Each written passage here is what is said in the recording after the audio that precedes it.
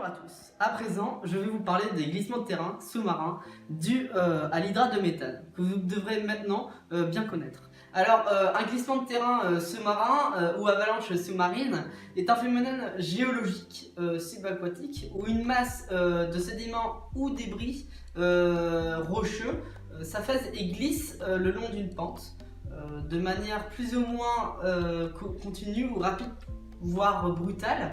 Ce sont des mouvements qui affectent les talus et versants naturels. Mais quel est le rapport avec les hydrates de méthane?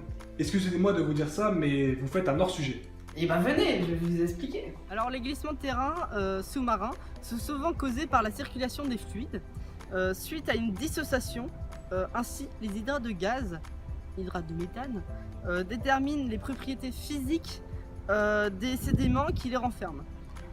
En réduisant la perméabilité des sédiments, il facilite l'emprisonnement des hydrocarbures, en particulier des gaz. Dans les niveaux sédimentaires sous-jacents, cette fragilisation mécanique des terrains induit des risques de glissement sous-marin.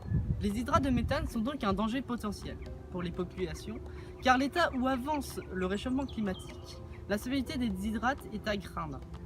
C'est pourquoi la dissociation des hydrates est inéluctable, ce qui entraînerait des glissements de terrain, suivis de tsunamis ravageurs. C'est pourquoi l'extraction de ces hydrates est envisagée en matière préventive. Cependant, si on extrait ces hydrates de méthane, il faut faire attention à ce que cette dissociation n'entraîne pas une déstabilisation des sols. Ouais, c'est bien beau tout ce charabia, mais il n'y a pas d'exemple concret, monsieur Muller. Ceci n'est que abstrait. Bien sûr que si, j'en ai des exemples. Venez, suivez-moi. Bien sûr que j'ai un exemple concret. Car effectivement, il y a eu un glissement de terrain au large de la Norvège il y a 8000 ans environ, suite à la dernière glaciation.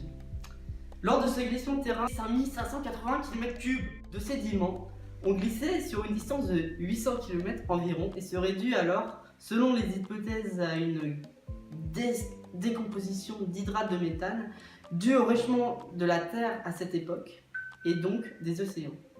Ce glissement de terrain a entraîné un tsunami avec des vagues de plus de 20 mètres de haut sur les côtes britanniques. C'est fini déjà? Bien sûr que non, j'ai encore un exemple. En effet, un article publié le 9 janvier 2018, d'actualité, dont Nature Communication, mentionne que les hydrates de méthane présents dans la mer Noire sont en train de fondre à cause de la diffusion du sel dans les sédiments. Cette dissociation pourrait libérer de grandes quantités de méthane dans la colonne d'eau et potentiellement dans l'atmosphère, augmentant les risques d'avalanche sous-marine et d'acidification de la mer Noire. C'est fini maintenant? Oui, c'est fini. Donc merci de m'avoir écouté et à la prochaine vidéo.